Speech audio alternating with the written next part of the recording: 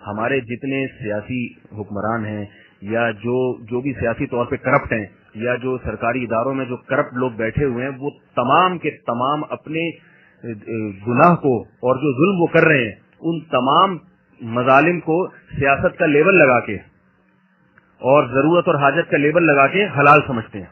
اگر گناہ کو گناہ سمجھ کے بھی ایک آدمی رشوت لے رہا ہے نا، وہ یہ سمجھ کے کہ بھئی میں گناہ کر رہا ہوں، شاید اللہ تعالیٰ اس کو توبہ کی توفیق دے دے.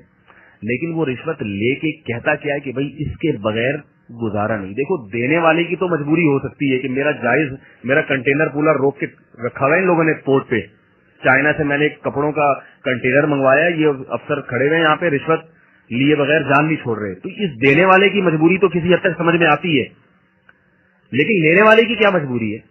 وہ لینے والا کہتا ہے بھائی وہ بھی تو لے رہا ہے تو میں نے لے لیا تو کیا ہو گیا. عجیب سی بات ہو گئی بھائی.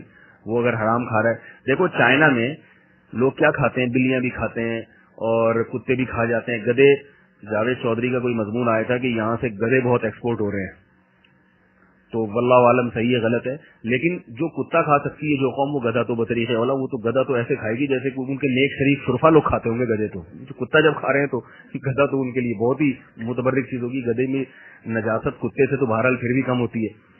تو لیکن اب آپ اگر چائنا جائیں کوئی مسلمان تو کیا کھانا شروع کر دیتا ہے کتے، یہ کہہ کے کہ بھئی سارے ہی کھا رہے ہیں بھئی، یہاں تو میرا پڑوسی بھی بلی کھا رہا ہے، وہ چوہا کھا رہا ہے، وہ لال بیگ کھا رہا تھا، یہ چلو میں نے کھا لیا تو کیا ہو گیا. ظاہر ہے نہیں کھاتے بھائی، ہم یہ کھا ہی نہیں سکتے، یہ ہمارے حلق میں اترتا ہی نہیں ہے، ہم بھوکے مر جائیں گے مگر یہ نہیں کھا سکتے ہم. تو یاد رکھو جیسے کتا کھانا حرام ہے، رشوت بھی بالکل اسی طرح حرام ہے. فرق نہیں ہے شریعت میں کتے میں اور رشوت میں. کسی کا مال ناحق طریقے سے کھانا اسی طرح حرام ہے جیسے سور کھانا حرام ہے. یہ کیسے جائز؟ اس کو کیونکہ اس میں طبعی طور پر گھن آ رہی ہے اس لیے وہ حرام سمجھ میں آ رہا ہے، اس میں گھن نہیں آ رہی. دونوں کی حرمت ایک جیسی ہے. وہ ایک آدمی نے مرغی چوری کی، اب کیا کر رہا ہے کہ اس مرغی کو الٹی طرف سے ذبح کر رہا ہے نا، یہاں سے بجائے یہاں سے ذبح کرنے کی ادھر سے. کسی نے کہا بھائی یہ حرام ہو جائے گی، یہاں سے ذبح نہیں کر. اس نے کہا بھائی پہلے کون سے حلال کی تھی؟ یہ چوری کی مرغی ہے، ادھر سے کاٹو یا ادھر سے کاٹو یا بغیر کاٹے کھا جاؤ. تو چور تھا لیکن تھا بڑا ذہین، بات بالکل پتے کی اس نے. یہاں سے کاٹنے سے کون سا، اس سے 100 دفعہ بھی اللہ اکبر پڑھ لیں، حرام تو بہرحال حرام ہے. میں یہ نہیں کہہ رہا کوئی چوری کرے تو کاٹے بغیر کھا جائے، ذبح ہی کرنی چاہیے، لیکن ایک بات کر رہا ہوں کہ اتنی عقل اللہ نے اس چور میں بھی دی تھی کہ بھائی گناہ تو کر لیا نا. تو اب مسلمان کو یہ نہیں پتا، یہ نہیں سوچتا کہ بھئی میں اگر سور اور خنزیر اور کتے بلی سے بچ رہا ہوں، کیوں میرا مذہب مجھے منع کر رہا ہے. حرام کا ایک لقمہ گیا تو 40 دن نماز قبول نہیں ہوگی، تو میرا مذہب مجھے رشوت کھانے سے بھی تو منع کر رہا ہے، میرا مذہب مجھے بہن کی وراثت کھانے سے بھی تو روکتا ہے، اور اتنے اہتمام سے روکا ہے جتنے اہتمام سے دوسری چیزیں، بلکہ اس سے بھی زیادہ اہتمام سے روکا ہے. جو حرام چیزیں ممنوع ہیں ان کی حرمت تو قرآن میں چند ایک جگہ پر ہے.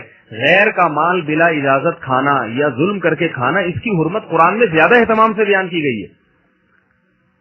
ان الذین یاکلون اموال الیتامی انما یاکلون فی بطونہم نارا، فرمایا جو یتیم بچوں کی وراثت کھاتا ہے وہ ایسے ہے جیسے آگ کے انگارے کھا رہا ہو.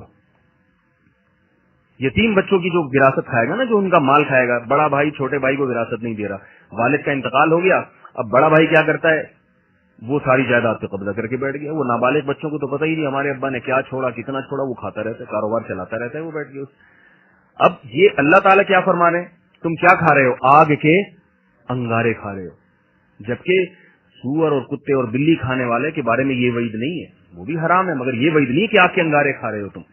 تو اس لیے شیطان کیا کرتا ہے کہ وہ دلائل کے تانے بانے ملاتا ہے، بولتا ہے سب چلتا ہے، کھاتے ہیں، میں نے کھا لیا تو کیا ہو گیا، اور اس کی ذمہ داریاں بھی تو میرے کندھوں پر ہیں. بعض لوگ ایسے بھی کھا جاتے ہیں وراثت بہنوں کی اور چھوٹے بھائیوں کی کہ ہم بزنس میں لگا دیں گے اور جو کاروبار چلے گا نا ٹھیک ٹھاک، اس سے پھر ہم کا تھوڑا بہت ان کا منہ میٹھا کرتے رہیں گے، تو اس میں انہی کا فائدہ ہے. بہت سارے طریقے ہوتے ہیں، وہ تو ایک الگ موضوع ہے.